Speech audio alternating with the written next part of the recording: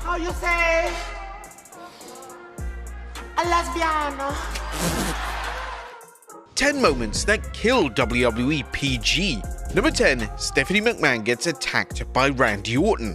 And there was a ton of concern heading into WrestleMania 25. Mania 25 was set to be the first Mania of the newly introduced PG era, and there was a lot of worry that WWE wouldn't want to deliver any hard-hitting, compelling angles.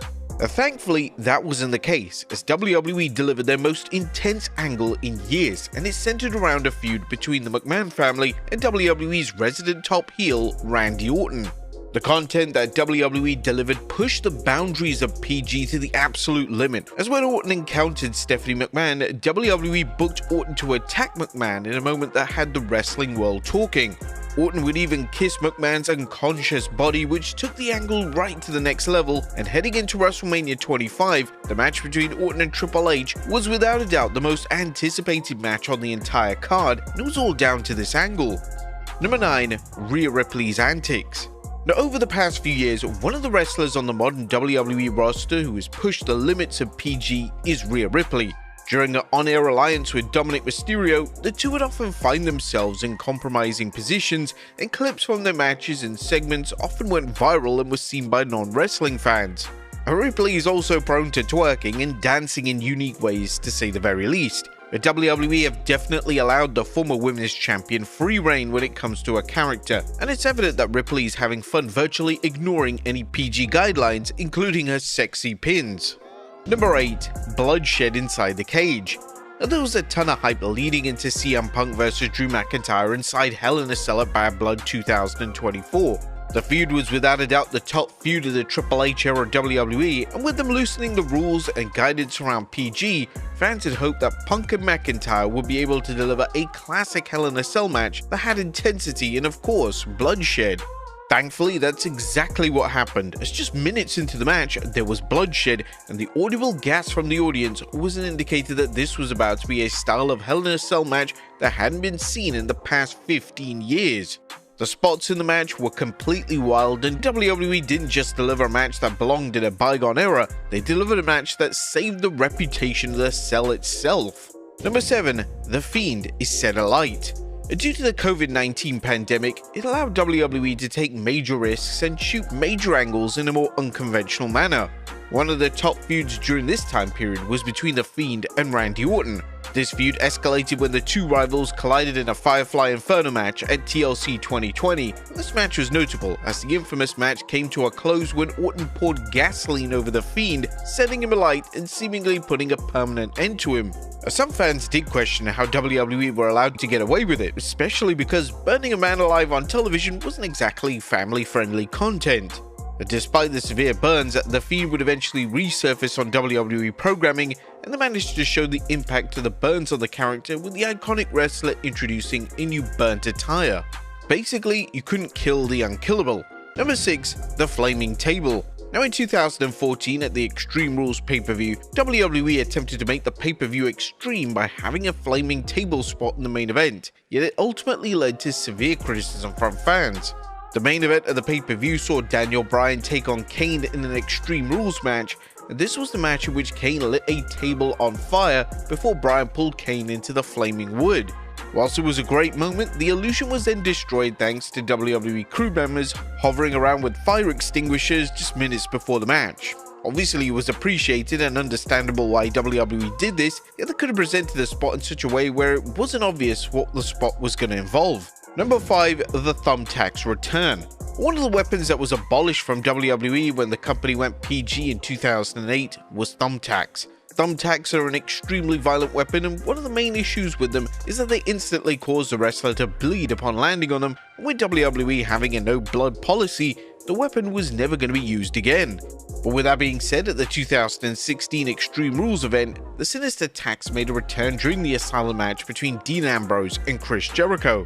During the match, Jericho was slammed into the tacks, and based on the reaction, the audience knew they had seen a rare TV-14 moment in the PG era, and it took the match to the very next level. According to Jericho, during a 2016 edition of Talk is Jericho, he was shocked that Vince McMahon approved of the decision. "We were really surprised, Ambrose and I, because we came up with the idea for the Ambrose Asylum. We were surprised that Vince allowed us to use the tacks. It hadn't been done in 10 years. It has been that long between tack bumps, and when the finish came in and Ambrose is going over, I have to take the bump on the tacks. I have to. He can't take the bumps on the tacks and then go on and win. It just doesn't make sense.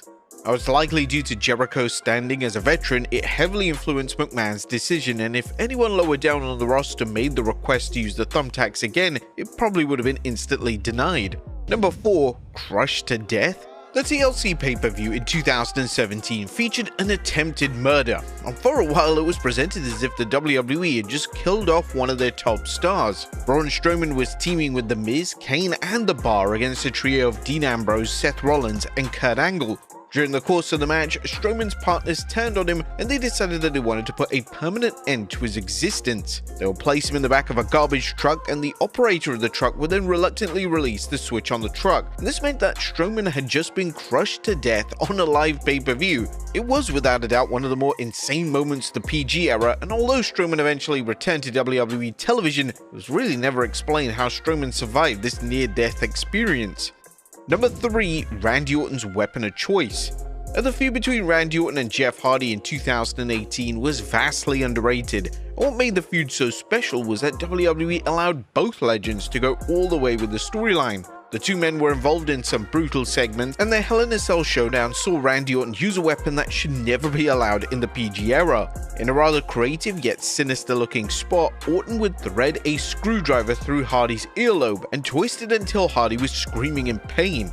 The spot was completely unique, and there was no way that this wasn't one of the most painful spots of Hardy's entire WWE career. Jeff Hardy would discuss the notable spot during an interview with the 11th Hour, and according to the former WWE champion, the secret was to make it real tight but to ensure that the ear didn't come off clean. We did the first earlobe deal, with just the fingers, and actually one of the up-and-coming commentators, I think he's from 205 Live, he was like, what if you use a screwdriver? And then we kind of threw around ideas and we both compromised on a certain screwdriver to put it in, twist it, make it real tight and not rip it off. WWE quite rightly received praise for the spot as it made the match stand out and it created a somewhat iconic visual that will be discussed for many years to come. Number 2. Dom and Liv.